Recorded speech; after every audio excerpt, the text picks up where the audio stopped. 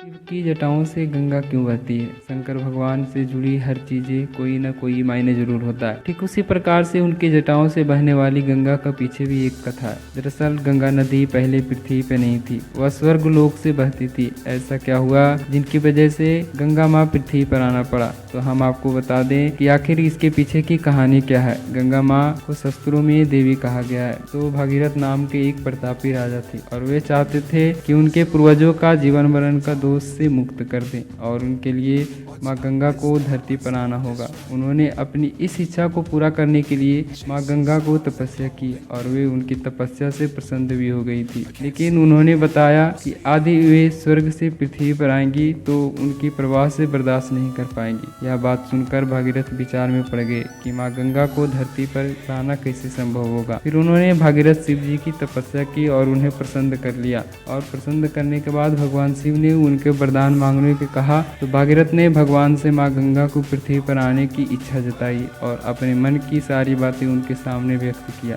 फिर क्या था, सबको दुख दूर करने वाले शंकर भगवान भागीरथ की इच्छा क्यों नहीं पूरा करते। जैसे ही माँ गंगा पृथ्वी पर आने लगी तो प्रभु ने उनके अपनी जटाओं में धारण कर लिया और वह फिर जटाओं से गंगा मैया का साथ धराओं में प्रवाहित कर दिया।